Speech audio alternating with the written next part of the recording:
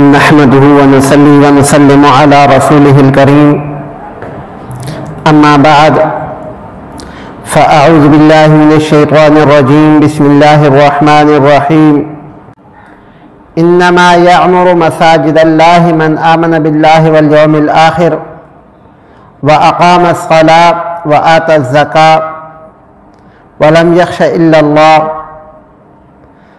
صدق الله العظيم اللهم صل على محمد وعلى آل محمد كما صليت على إبراهيم وعلى آل إبراهيم إنك حميد مجيد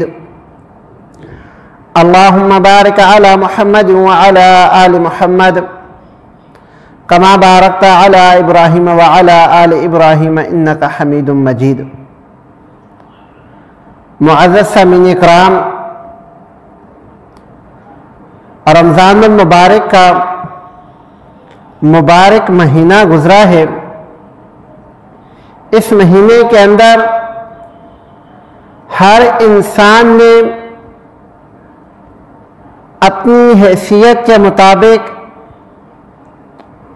اور جو الہ العالمین نے اس کو توفیق عطا فرمائی ہے اس کے مطابق اپنے ایمان کو، اپنے اسلام کو، اپنے جذبہ کو، اپنے آپ کو اور اپنی نیکیوں کو، اپنے اندر کی صلاحیتوں کو نکھارا ہے، جس کے لیے الہ العالمین نے جتنا چاہا اس نے اپنے آپ کو اللہ رب العالمین کے اتنا قریب کر لیا۔ ہر انسان رمضان المبارک سے اگر وہ صاحب ایمان ہے تو فائدہ ضرور اٹھاتا ہے۔ رمضان المبارک کا فائدہ ہر انسان کو ایمان کے اعتبار سے اور اعمال کے اعتبار سے ہوتا ہے۔ اب جس بندے کا جتنا ایمان ہوتا ہے اتنا ہی اس کو فائدہ ہوتا ہے۔ تاجدار مدینہ صلی اللہ علیہ وآلہ وسلم کی تعلیمات ہیں۔ آپ صلی اللہ علیہ وآلہ وسلم نے ایمان کو ایک درخت کی مانند قرار دیا، اسلام کو، ایمان کو ایک درخت کی مانند قرار دیا، اور یہ درخت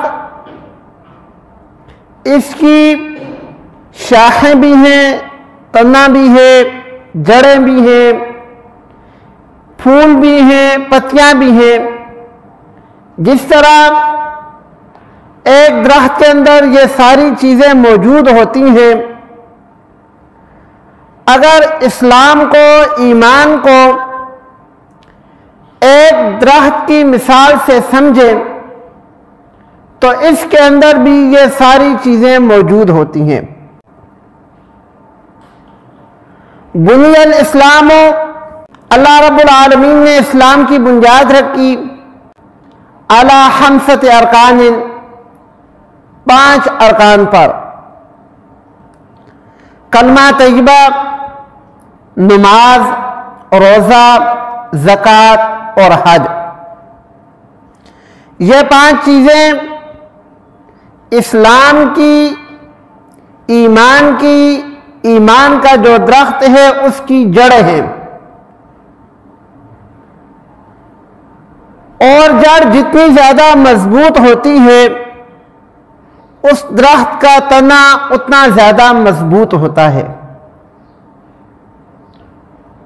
اور اگر جڑ کمزور ہو تو درخت کا تنا بھی پھر ایسا مضبوط نہیں رہتا۔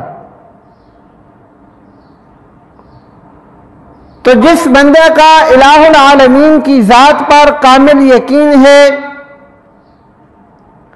اور دل سے یقین ہے، اس بندے کے ایمان کا تنا بھی زور آور ہوگا، قد آور ہوگا۔